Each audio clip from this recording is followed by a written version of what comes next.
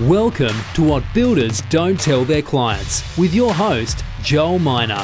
Listening to the show, you'll learn how to avoid the unnecessary pain and avoidable costs that commonly occur in the building and renovating process. Joel will also inspire you with his knowledge, experience, and ideas on how to make your home a place to suit your lifestyle for years to come. And co-host in crime, Andrew Quadrio. We're back for another episode of What Builders Don't Tell Their Clients. So, Andrew, welcome back. Welcome back. Yes, thanks for back listening, guys. Back again, which is really good. Co-host title this week. That's amazing. The what title, sorry? The co-host title. Oh, yes, co-host. I really need to do another intro or slide your name in there or something because I feel like it's something missing. That's it. So, well, this week we're having an interesting conversation last week about, last night on the phone and coming up with a conversation of you were trying to deal with a particular client or prospect that was looking at building and getting a quote and going to see a designer first, and there was an interesting topic bring up. So I'll let you tell the story because you'll tell it better than I will. Yeah, I spoke to a guy earlier in the week that was looking for me to give him a quote on his. He was doing extension, first floor addition, and ground floor extension of their house. And he got on the phone originally and said, "Oh, I need you to give me a quote." And I'm like, "Okay, well, where are you at with this? Where you're at with your process and that sort of stuff?" He goes, "Oh, yeah, I've spoken to an architect and they've done one design, but we didn't quite like that and we wanted to go in a different direction." So the architect then said, "Well, I'm not doing anything more until you work out what you want and just come back to me when you do." And when he said that, I was like, "Well, that's not very helpful at all to you." So leave you in the dark when you're just leave you sorted, in the dark. come back and see me and I'll take your money. Yeah, exactly right. Yeah, then I'll continue to take your money. Yeah, nice guy. So and then he said, "Oh, and that's a bit of a pain in the ass and that sort of stuff." I'm like, "Well, yeah, that sounds like it." So, and I sort of. Why do you think that happens? Well, I think it boils down to, he said to me that they got the first concept back from the architect, and then they had another train of thought and were going with they were thinking about going with a completely different design and in a different direction. And I think that comes down to clarity from what I was sort of picking up from this guy, that they weren't, because they came up with two ideas, they weren't quite clear on what was important to them. And that's what we sort of got on to talking to last night. It sort of goes back to our like the series we've just completed with the six steps to planning. That's right. Yeah, go back and have a look at it if you haven't heard it already. We'll put the link in the description below. Where you really need to get clear, especially as the client, but it's also if you're a builder. If builders will listen to this podcast as well. If you're a builder, you really need to understand what your prospect is after and what their fears and frustrations, wants and aspirations are for the project itself. And you need to completely understand. And the most important thing that I found in recent times, and you found it as well, I'm sure, that you need to get confirmation from the prospect or the client that they feel that you, understand their problems and their issues and what's important to them and what they need, what they want, what they dream of, and what their purpose is for the whole project. Because if that's not clear, then you're just going to go round and round in ever decreasing circles, and you're just going to waste money, and waste time, which is more money, and nobody's going to be happy with the situation whatsoever. Yeah, it was interesting to mention too. You said so. When you said he had two sort of ideas or plans or whatever he was after, and he said, "Can you give me a price?" Yeah, that's right. So he had two. He had one concept plan, and then he had another one that he'd hand drawn over the first concept plan, and said, "I just I want a quote on this so I know which one is going to be best value for money, and then we can go back to the architect and go with that option." And I was like, "Well, I can't quote anything that's not finished. Like it's like playing football without a ball. How are we going to do that?" Like if a builder doesn't have all the pieces of information lined up, most importantly is plans, and they don't need to be completely ready to go to DA, but they need to be like 90% there. They don't have to have all those. For you don't know what DA is, council approval. So basically, I know it's similar DA as well. Yeah. Yeah. But So they don't. development application. Yeah, yeah. So they don't need to be at the level where they're going to go to a certifying authority of some description. So I'm not sure about in Queensland, but here in New South Wales, you can do either a development application that goes to council, or a complying development certificate. So that means that can be issued by a private certifying authority that they can certify that it meets a certain planning restrictions Scheme, and that yeah, sort of stuff. yep. Scheme, yeah, yeah. So the idea of that scheme there, it's scaled right back now, and they're trying to the councils are trying to get rid of it, to be perfectly honest. But the purpose of the whole scheme here in New South Wales was to try and reduce the time that, or the amount of applications or development applications that council was dealing with, because it was taking forever and people were getting ridiculously frustrated. So they introduced a new set of planning guidelines where if you meet if your block was this type of block and it didn't have any of these conditions on it, and your development met all these conditions, which is a huge document you've got to meet. But if it met all those conditions, then you could take your plans to a private certifying authority, and they could certify that it meets that planning code. Yeah. Yeah. So that's what I mean. That's what I mean by sorry, long-winded, long-winded answer. Long-winded explanation. But that's what I mean. So the plans don't need to be to that. They don't need to be 100% finished, but they need to be 90%, so so you need to have all your information on it. So it needs to have dimensions, and it needs to have a section, and it needs to have elevations, and it doesn't necessarily need to have selections like exterior colors and that sort of stuff, but it helps, obviously. The more information, the better, but it doesn't have to be 100%. Sort of 85-90% is what I sort of can work from. And then we don't sort of make assumptions, but we can say, all right, do you want this in this place? Like what you want to go with a color on a tile roof, or you're going to go with render or your face brick, or if you're going to face brick, what type, and that sort of stuff. We can make some interpretations. Yeah, so essentially needing the bones, and I say this to a lot of people too, because you do get the odd client, like you just said, will go to the designer first, and this happens probably 10 out of 10 times. They go and see the designer. Actually, sorry, a lie, 9 out of 10, because I had one the other day that actually they met the budget, they went and seen the designer first, brought me into it sort of at that preliminary stage, which is generally a lot of designers will say, hey, preliminary set of plans. So your first basic set of plans that the designer will give you will say, hey, go get some pricing off a builder. Still is really hard to give an accurate pricing, but you can definitely get a gauge indication of where you're sitting at, potentially within 20 to 30% of of your budget. And it's hard to also, like, depending on your engineering, and like Andrew said, with all them other forms and more detail and the more info the better. So depending on your soil class, all these, there's so many factors that get involved. So that first initial preliminary can be within 20 to 30%. If it's something that they've done before and the builder's quite confident, then that's up to them on how they or tell you and give you information on that. Where something that sometimes they get a bit technical, it can adjust quite variously, because every job's different to another. Yeah, that's right. Yeah, so as I was saying, we to give that accurate price and to give the hard dollar figure that someone could be confident in taking to either a bank or signing on the dotted line with us, we really need. So the big pieces of puzzle for us are architects' drawings, engineers' drawings. I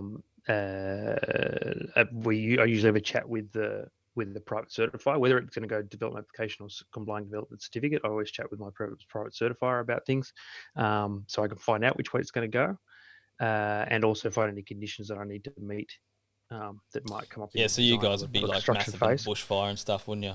Yeah, and then if, like, I do a lot of jobs we do are in bushfire prone areas, so we get a bushfire report, and a lot we do because we're in a bit of a rural area here out west, have on-site wastewater management system, so we have to get a report done for that too.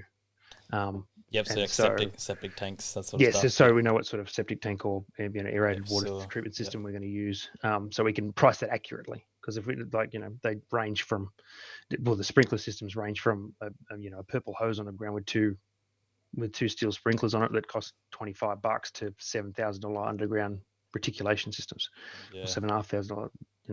I've done both in separate council areas, funnily enough. But I've done both, and same size or similar size house, same amount of bathrooms. Yeah, it was just a council. That was what Yeah, and then that's the other engineer thing too, specified, making sure so. that council requirements are met, because you do every now and again get the application that'll go through and say, hey, this needs to be done now, or this has to be done, and you know, very rarely does it happen, but you do get the odd one that does, you know, there's a specific requirement they require, or I know we have troubles with some sheds, especially when pushing close to boundaries. And I know it's the same for houses and stuff, that if we get too close to a boundary, might be on a bit of a slope block, you can't make the shed too high to be able to, you know, cut the view from the person behind, or make it obstructing or a view of someone else. So, but yeah, going back to that story of you with old mate with trying to play the game of rugby. We're playing a game without a ball, basically. Yeah, game without a ball. Yeah, exactly. So I was like, well, what do you need? Like, what? He goes, I want to know which direction to go. And I said, okay, so what's most important to you about that direction? He's like, well, it's cost. Okay, well, why don't you send me what you've got, and I'll see how detailed it is, and see how detailed I can make my estimate for you. And then I'll give you a call back tomorrow, and then we'll have a bit more of a chat from there. And then he sent me about an hour later. He sent me what he had, but he only sent me one plan. He sent me 2 plans. Sorry, he sent me the existing plan, so what was there, and then he sent me one concept. And then I rang him back and said, "Where's the second concept?" He goes, "Oh no, I haven't got a second concept." I said, "You just told me you had a second concept."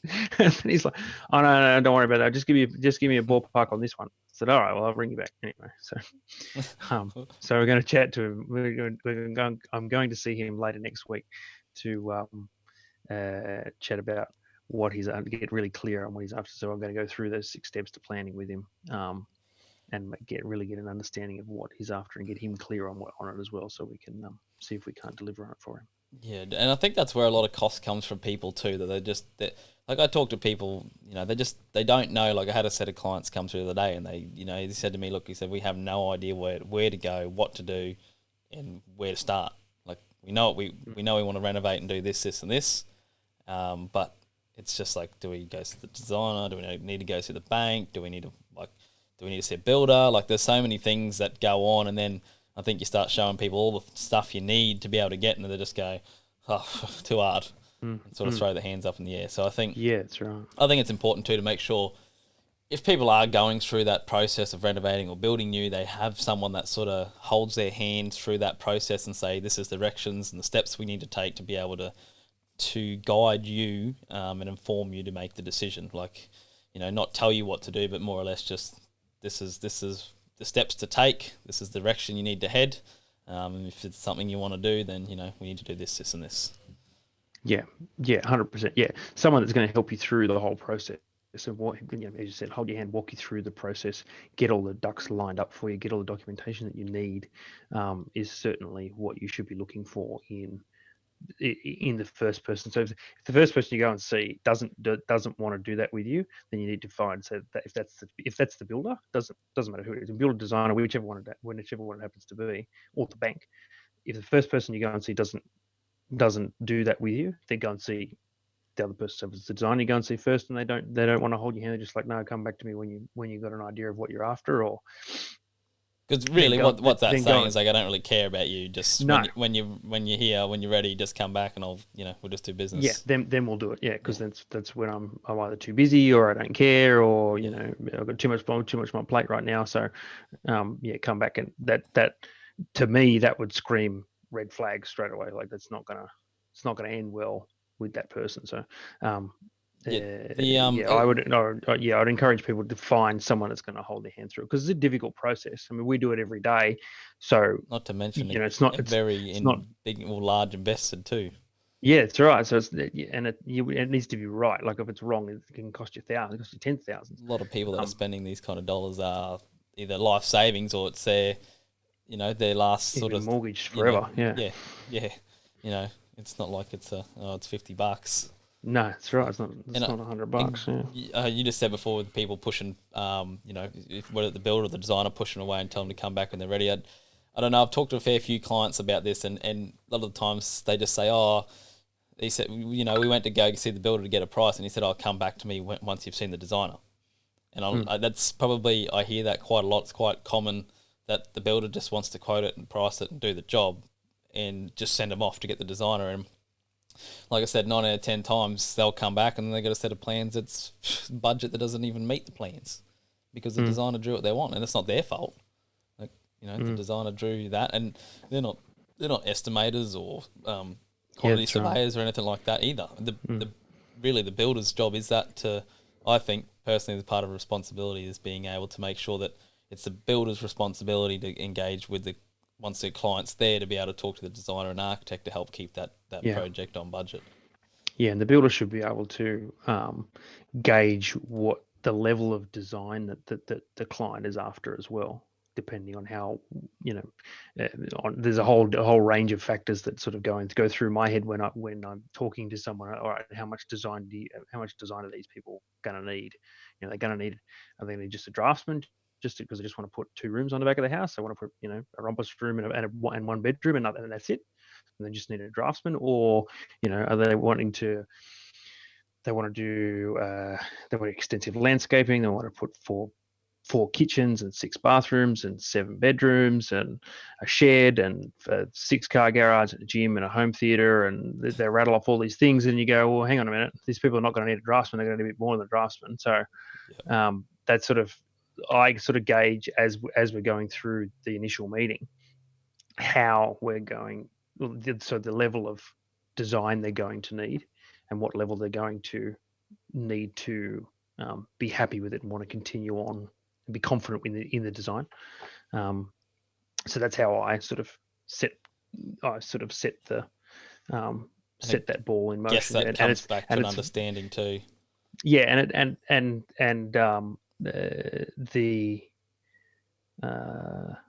lost my train of thought. That's all right. Oh, no, I'm gone. I guess that comes back to an understanding of the client anyway. So it's working out, like you said, what they're after or what they're particularly wanting. I find, and being cost effective. So what's important to them. So whether it be, some people will come and say, money's not really an issue. This is what we want, which is great. Yeah, for sure. Right, well, this is if they're after that high end sort of finish, and this is what they're after, then we need to get something a bit better than just the average guy to do that. Correct. Probably 90% of my clients are on that. They're not after a super high cost, or not a high cost, but a really really nice build or renovation. They're more or less after the room or extension to be able to put on the back and just have the room to be able to live comfortably. So, and I guess everyone's sort of priority does come back down to their budget. Most of them conversations I have around them are, look, budgets, money's always a problem or an issue. It's always finite, that's for sure. So it doesn't grow on trees. Yeah, that's right. It's very rare you get the client that, that people have got it growing on trees and that sort of stuff. They're very few and far between. That's for sure. Very well off. But that's one of the points you made before was it's the builder's responsibility to keep the design in check, if you will. Just in relation to that, just a story. I had a prospect that came to see, or we went to see last year, and this couple had bought, or family had bought a house, and they wanted to renovate it, and they wanted it to be very similar to the house next door, because they actually wanted to buy the house next door, but they had to buy this one instead. And they instead of engaging us to engage an architect to do it for them, they decided she had a bit of a relationship with another draftsman, so got him in to do it. And they had a pretty healthy budget. There was about $500,000. And so when the draftsman eventually finished the plans, it was months and months and months later, sort of thing. We just kept sort of, kept checking in with her and that sort of stuff. And she would have some changes next week, or I wanted to change some things, so she should come back next week. Blah blah blah. When eventually got their plans, and I had a look at them and went and chatted to them about it and what was important to them on the plans and that sort of stuff. I sort of gave a ballpark of like 1.5 million. Exactly. And like she went white. He looked like I'd smacked him in the face, and I was like, well, guys, that's like and I just rattled off all the things like 4 bathrooms and a huge kitchen and a butler's kitchen and a pool, and they wanted to do landscaping and a garage out the front, and then they wanted to excavate underneath the house and all this sort of stuff. I was like, guys, it's like you put an extra floor on top of it, and I'm like, it's gonna add up. There's the classical 9 out of 10. That's right. Yeah, It does. and yeah, that's as you say, 9 out of 10 times the people's budget doesn't meet their expectations, and that's one thing we try, and that's why we're sort of doing these chats and that sort of stuff, to try and educate and manage people's expectations when it comes to what they're after. They really need to get clear, as I said, they need before, like in the earlier, they really need to get clear on what they're after and what's important. And once you've got a list of what you're after, then prioritize that list.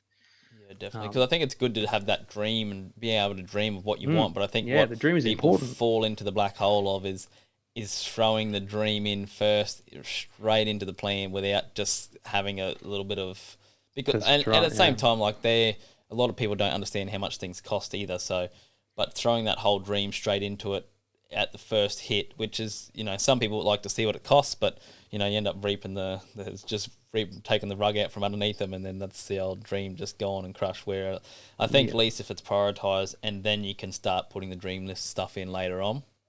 I think that's where it starts to really take shape on working out what you can afford also. And when people see that the design first takes in, when they get clear on the importance of things and the priority of what they're after, they can see that their needs are met first in the design, and there's a couple of wants and maybe some factors of a dream in the design, then they get more enjoyment out of it, and they get more excited about it,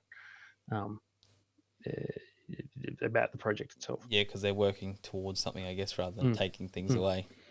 Yeah, that's right. Yeah, exactly right. Very interesting topic. So if anyone is looking for any more info, you know where to find us.